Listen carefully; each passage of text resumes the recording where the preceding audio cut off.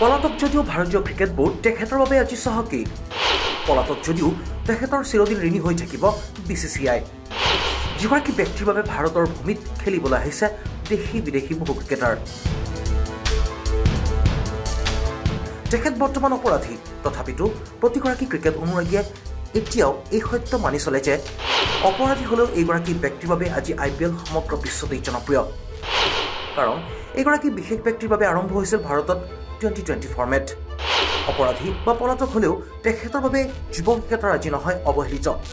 সমগ্ৰ দেশতেই নহয়, সাম্প্ৰতিক সময়ত বিশ্বৰ ভিন্ন প্ৰান্তত জনপ্ৰিয় হৈ পৰিছে IPL। কিন্তু একেইদিনা ইণ্ডিয়ান প্ৰিমিয়াৰ লীগে বিশ্ব ক্ৰিকেটত জনপ্ৰিয়তাৰ শীৰ্ষাসন অধিকাৰ কৰা নাই। ইয়াৰ আঁৰত আছে এগৰাকী এনে ব্যক্তি, যিগৰাকী ব্যক্তিক আমি পলৰীয়া বুলিও কওঁ।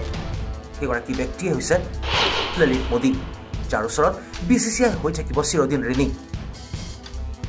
ললিত মোদী, যিগৰাকী ব্যক্তিয়ে T20 ফৰ্মেট প্ৰৱৰ্তন কৰি দেশত IPL আৰম্ভ কৰিছিল। বিশ্বৰ প্ৰায়